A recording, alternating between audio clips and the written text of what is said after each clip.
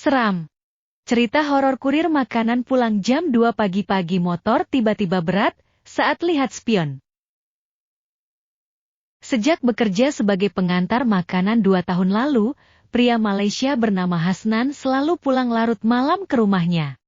Karena akan mengakhiri masa lajangnya dalam 3 bulan, Hasnan semakin sering pulang terlambat demi menutupi kekurangan uang mahar. Setelah menyelesaikan kuliah, saya kerja jadi kurir makanan. Saat itu memang boros. Uang habis buat makeup, motor hingga tak sempat nabung. Bulan lalu, pacar mengajak untuk bertunangan dan menikah. Katanya sudah 3 tahun pacaran dan tidak mau hubungannya begitu terus. Dia ancam kalau tidak serius, mau cari pria lain.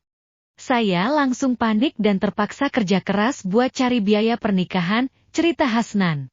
Pria asal Jenjarom, Selangor ini mengakui kerja jadi kurir makanan memang melelahkan.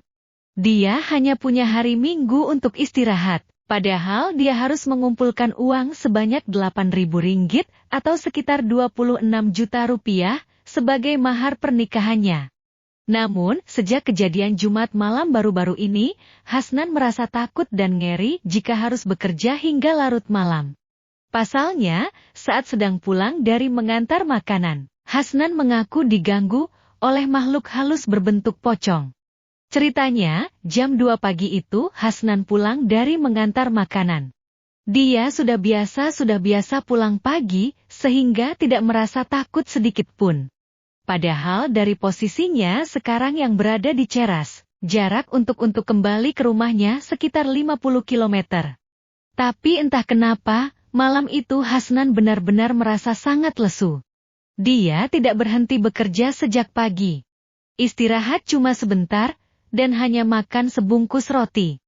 Setelah itu lanjut antar makanan untuk mencari uang. Saat itu yang ada di kepala Hasnan hanya ingin pulang dan tidur.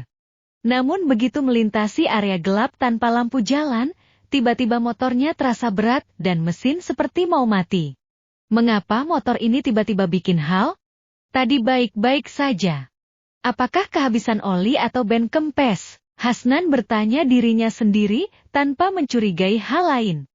Saat asyik mengomel pada dirinya sendiri, tiba-tiba matanya tertuju pada kaca spion dan saat itu darahnya langsung terkesiap. Tampak di kaca spion, sosok seram hantu pocong duduk di belakang Hasnan. Begitu dekat jaraknya dengan pocong itu, Hasnan bisa melihat wajah makhluk itu hitam.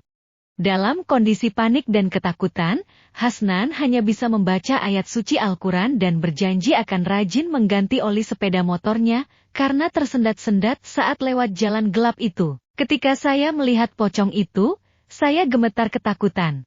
Rasanya semua darah naik di dekat kepala. Jantung berdegup kencang seperti akan meledak.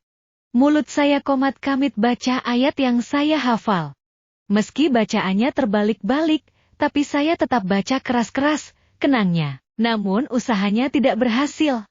Hasnan pun akhirnya berteriak sekencang-kencangnya kepada hantu pocong untuk turun dari motor dan tidak mengganggunya lagi. Jangan ganggu saya. Saya lelah cari uang buat pernikahan nih.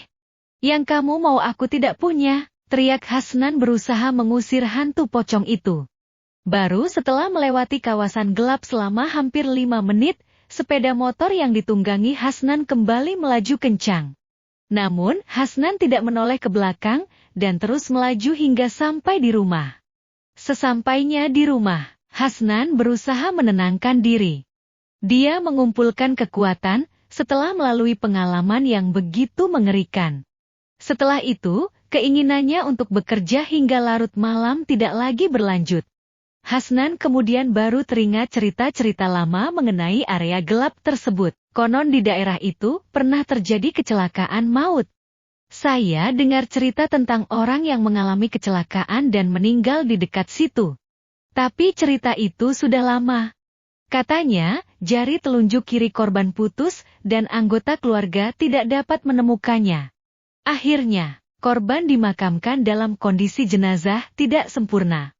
Mungkin gangguan pocong di daerah itu ada hubungannya dengan kecelakaan itu, katanya. Terima kasih mendengar kisah ini, sila like and subscribe channel ini.